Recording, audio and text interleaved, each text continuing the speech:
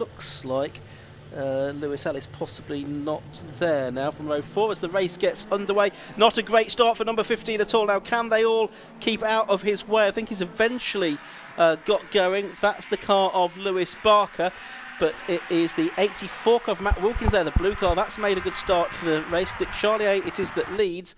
Second, I think, is Mo Ben Lada. Third is Tate Taverner, and then Wilkins up to fourth. Yeah, that's right, ahead of Shea Kavanagh by the looks of things, but it is certainly Nick Charlier who leads into Beckett's, turns right into the hairpin, blasts out onto the straight. There's some very close BMW action in midfield, and one or two cars bouncing out that early Honda out of the side, and they're all the Suzuki sort of squadron. And the back there is Tate Taverner, dives through into second place, grabs the position from Mohamed Ben Lada, gets a little bit tweaked up coming out of the corner, and that allows Ben Lada to go back inside him. There's very, very close action in there. You can see the car with a wing on the back, which is Taverner's, proper big wing off the boot lid. But whether that confers any great benefit, I don't know, because Ben Lada's coming up the inside. If he stays there, he's going to have the advantage going back into Copse, Ian. Yeah, looks like he's going to try and make the best of that. They're still absolutely side by side over the curbs. There goes Taverner on the exit of the corner. 15 places made up by Scott Smith from the back of the grid. He was due to start on the front row for the earlier race, but was a non-starter, so he's made up pretty much half of the grid at the start of this second race. He's up to 16th. It's Taverner there in second, Ben Lada third, Matt Wilkins in fourth, the man already crowned as champion in the Tagiwa Type R Trophy this season, having a run out in a Class A Civic, so a souped up Civic if you like for this hot hatch. Ben Lada flashing the lights as he comes up behind Tate Taverner. Not sure what that's meant to mean as out of shape goes Ben Lada. Spend more time driving, less time flashing your lights, Mo, and it might work out a little bit better. And he has dropped down to fourth or fifth position. He's behind Shea Kavanagh, so back down to fifth. Wilkins up to third. Yeah, so a change of those two yellow and black Hondas, but yes, that was a bit crazy. Taverner went in really, really deep, and then he was getting precious close to getting collected and all that. But it's Charlier now from Wilkins, who remember started the first race from the back, progressed through to sixth place. Tate Taverner is third. Fourth is now Kavanagh. Fifth, Ben Lada. And in sixth place, it is 161, which is Matthew Morgan. Here is the battle for second place. Tate Taverner and Matt Wilkins doing battle. Wilkins in the plain blue car, a multicoloured car with the wing on the back of Tate Taverner. Then you've got Ben Lada and Kavanagh. They're all about 3 seconds behind Charlier, though, who's just been able to get his head down and pull away from the madness that's been ensuing behind him. Through Brooklands they go, the two SK Motorsport cars in formation. Oh, and an off there for number 5, that's Neil Frost in his EK Civic. That's a bit beaten up. That is at the exit of Luffield's corner, an odd place to go off. Leaders going past him now. So it's Charlier that's already come through to lead at the end of lap 3. The gap has gone out further. I think, 4.2 seconds now over Taverner and Wilkins. And then another mini gap back to Kavanagh and Ben Lada. And then it is Ellis in 6th. Scott Smith in the 127 car is up into 10th place now in his Type R from basically the back of the grid. So he's made up some more ground during the course of that lap. There's a lot of debris on the circuit though at Beckett's corner, which Ellis there, Lewis Ellis, is trying to push his way through. Now Ellis, he wasn't there. We've now got a safety car as well, so there's debris on the circuit at Beckett's. There was the car off up at Luffield's corner as well, and on lap 4 of the race we're getting the safety car light panels all around the circuit. And with 10 and 3/4 minutes to go, hopefully there'll be enough time for some more racing laps at the end of this, but there is a little bit of clearing up to be done first, Marcus. Yeah, I think there's quite a lot of sweeping action to be seen up at the hairpin, up at Beckett's. But that Honda was sort of off in a fairly precarious position, wasn't it? The old style Civic, and they tame their speed down once they get up behind the safety car, as 4 laps are completed. We still have 10 minutes to go in this race session. There's the Corrado, which I very much like. Just looking at class positions, we've not really mentioned that yet. It is the 52 car that is leading in Class B at the moment. That is Lewis Ellis in his Civic, ahead of 161, which is Morgan. That man John Labella's there again. He's in the 183 car. He's third in Class B at the moment.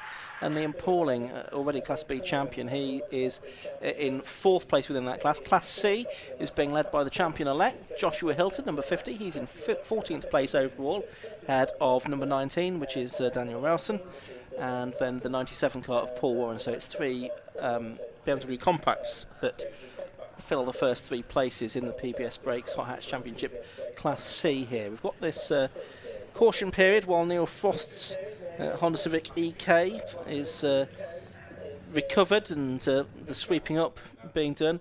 Quite a bit of debris being recovered by the marshal down there at Beckett's as well. Not armed with a broom, so it's just getting the... bit of football practice. a bit of football practice. At chipping the ball off the tarmac. Yeah, recovering the larger components. There's still a few smaller bits of debris out there, but they'll probably deal with that at the end of the race. Not really seen any efforts yet to move the Frost car. So whether we're just waiting for a recovery truck to car continues.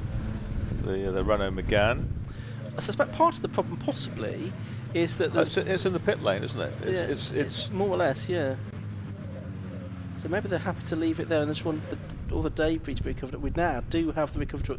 My wonder was whether the recovery trucks were still deployed, recovering Mazda 7s from the previous race.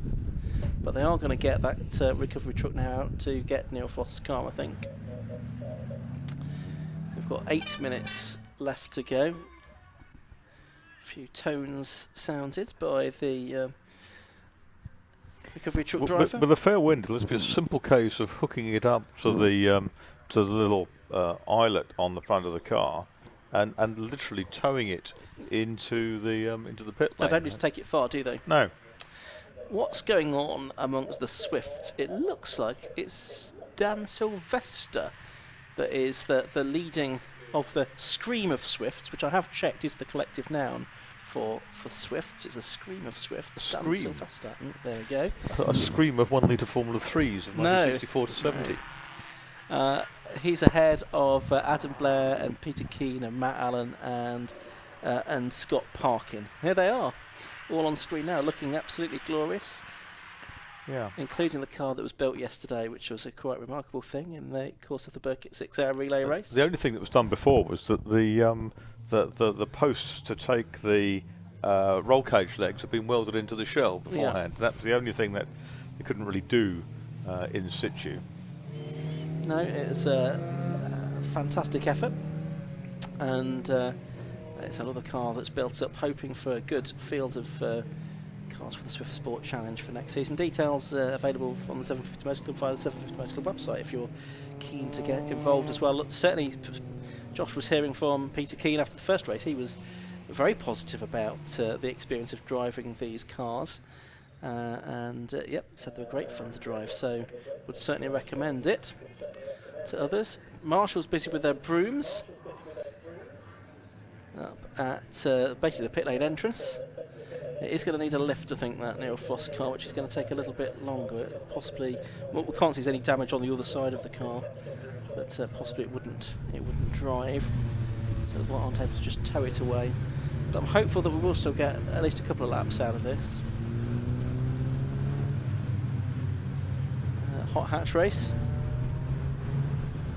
Hot Hatch was inaugurated originally back, I think, in about 1994, something like that, wasn't it? As was then a new addition for the 750 Motor Club sort of tin top category, and that ran to the early 2010s in its original guise. Then sort of dropped and then reborn a few years ago. Was it a Robin Knight instigation? I think it was. One of that sort of group of championships that Robin masterminded, including things like RGB. Yes.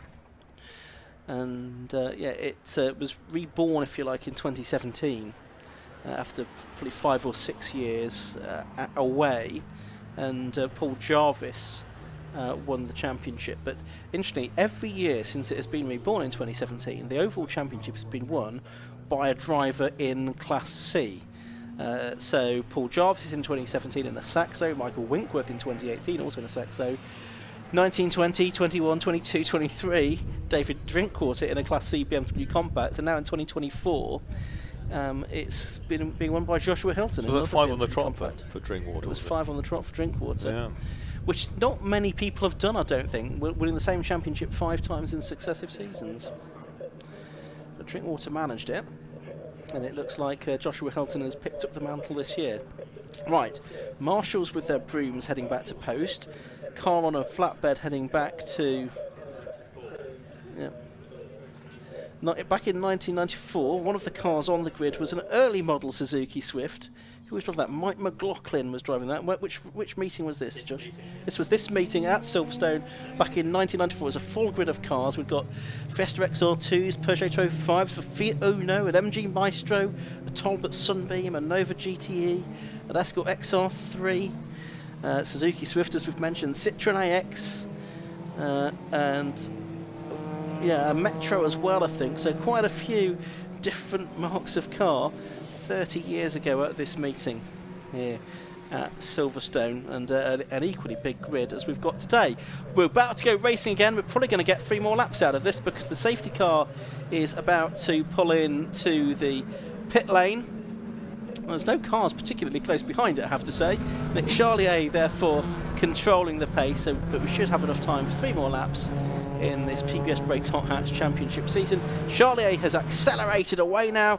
He's coming up and over the line. He's going to have a good advantage as he takes this restart, I think, over Tate Taverner in 2nd place and Matt Wilkins 3rd. The race back on. It's nearly a second for Charlier as the race is on once again, Marcus. I found a rival for Drinkwater. Michael Schumacher, 2000 to 2004. Often spoken of in the same breath. But rarely seen in the same photograph. No, absolutely. Down towards the left-hander they go at Maggots, the right-hander at Beckett's for the first time since the restart. Lap 8 of the race. There's Lewis Ellis, our Class B leader. 183 car is a little bit out of shape. That's that man John Labella, who's had an action-packed day. It's his 4th race of the day, final race of the day for him as well, and he's been passed there by the 15 car of Lewis Barker, one of the Class A cars. Adam Blair has got ahead of Dan Sylvester into the lead of the Swift Sport Challenge class as we're watching the 2 SK Motorsport cars, Marcus. Yeah, any team orders likely to go on in there? I'm not sure. I mean, it's Shay Kavanagh who's sort of on for the title. He's the team boss as well, but Mo Ben Lada is back ahead of him at the moment, isn't he, as they come towards the end of lap number 8. Tate Taverner's now done the best lap of 105.471 as well. Yeah, Wilkins still in 3rd. 4th is Ben Lada, 5th is Kavanagh, and here are the Suzukis. And the silver one's been shaken back into the middle of that group. Yeah, if I didn't know better, that looked like a photo opportunity that had been set up. I hope John Elsey was there. Is that a Win Stanley special? But we've got Taverner closing on Charlier for the lead here. Here come the Swifts. They're over the line. Absolutely side by side. Sylvester and Keane for the lead of the race. Adam Blair it was that had been shuffled back to 3rd within that pack. Meanwhile, we've got them coming out now of Copse Corner. A great little fight. I think James Winstanley's got the radio control sort of panel. He's working on it. Side by side. Down the outside. That's the 37 car Sylvester. Of Sylvester getting back ahead. Peter Keane back through on the inside. Is the door being left open there for number 65 to go through? That's Adam Blair as well. Also buying into this now is Matt Allen and the 177 car as well, with a judicious use of the curb and the grass and back onto the circuit. This is not exactly what we want to see from the Swift Sport Challenge next year. A lot less bother with a hover. Yeah. Well, they're not hover, maybe. Champion, a sponsorship opportunity there from Flymo, maybe. Oh, big sideways moment for 65, which is Adam Blair. He's going to lose the position. No, he's not going to lose the position to Matt Allen. It's Scott Parkin that's the rear of that group as well in the number 1 car. So they're about to go on to their final lap. Already having done that is Nick Charlier, who's done another best lap of the race, a 105.333. That's the best lap of the day now, and he's 2.4 seconds clear of Tate Taverner. The leader already up the Wellington straight for the final time. It's Matt Wilkins 3rd. It's Mo Ben Larder in 4th position. Here comes Charlier then, looking good for his 2nd win of the day here at Silverstone in the VTEC Monkeys liveried Civic Type R. Out of the final corner, here comes the clock's counted down to 0. Checkered flag is waved, or is it? I didn't see the checkered flag go out though. It's showing on our timing screen, but I could actually see it waved from the gantry there. Taverner is 2nd, Wilkins 3rd, Ben Larder 4th, Kavanagh 5th, and 6th in the end. Scott Smith got to 6th on the last lap, getting ahead of the Class B winner, Lewis Ellis. Last few cars coming over the line. Labella there in 11th place, 4th in Class B. He lost out towards Liam Pauling towards the end of the race in the Class B scrap. Joshua Hilton has come across the line for another win in Class C. And ends his very successful season with another Class C winner. And here are the Swift Sport Challenge cars up and over the line. Who is going to do it? Is it going to be Peter Keane that's going to do the double here? Up to the line they come, and it is Peter Keane that does it by about 1.4 seconds in the end from Adam Blair in 2nd of the Swifts, and then 3rd was Matt Allen.